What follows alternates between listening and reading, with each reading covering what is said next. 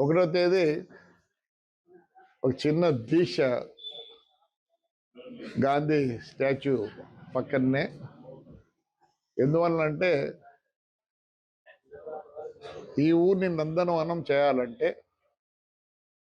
మీ యొక్క సహకారం లేనిది కాదు.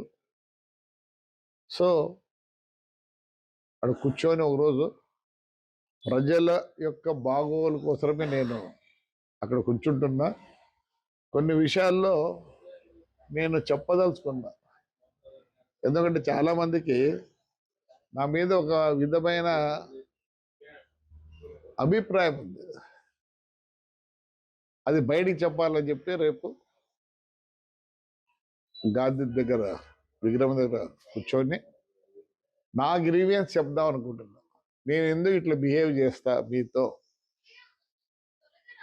నేను కరెక్టా కాదా అని. నేను కరెక్ట్ కాదని చెప్తే కూడా నేను కూడా మార్చుకునేదానికి ప్రయత్నిస్తా.